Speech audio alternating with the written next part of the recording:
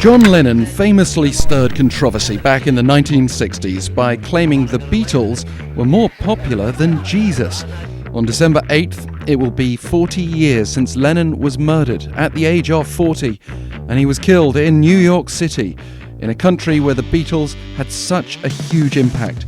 But what would Lennon have made of 7 guys from the other side of the world who've become the first group since the Beatles to have 5 consecutive albums make it onto America's coveted Billboard 200 list? I am, of course, referring to BTS.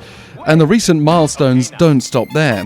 We've also learned this week that the Korean supergroup's new song, Life Goes On, has become the first predominantly Korean language single to top the Billboard Hot 100, as well as being the fastest act since the Beatles to record their first 3 number ones. BTS is now the first and only group in history with multiple number 1 debuts on the Hot 100, as Billboard tweeted. It's understandable then that music critics would be drawing comparisons between BTS and the Beatles. Music technology and production may have evolved significantly since the Beatles, producing a sound that can't really be compared, not to mention the way people consume music and talk about it on social media. But the way BTS have stormed America and the global music scene has got everybody taking notice.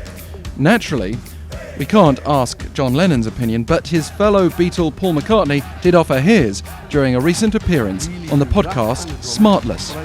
BTS, the Korean guys. I like watching them, seeing what's going on, and I think they're good. I guess. And BTS have played up to the comparison from their side, both breaking into Hey Jude while appearing on The Late Show with Stephen Colbert last year, and being introduced in the style of the Beatles' appearance on The Ed Sullivan Show in 1964.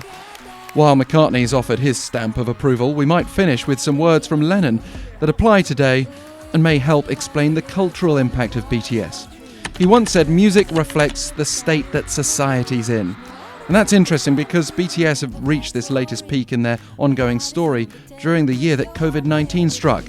BTS member Jin even admitted in an interview that he felt the past year had been spent in confusion and in emptiness, and that they tried to honestly put that sentiment in the album.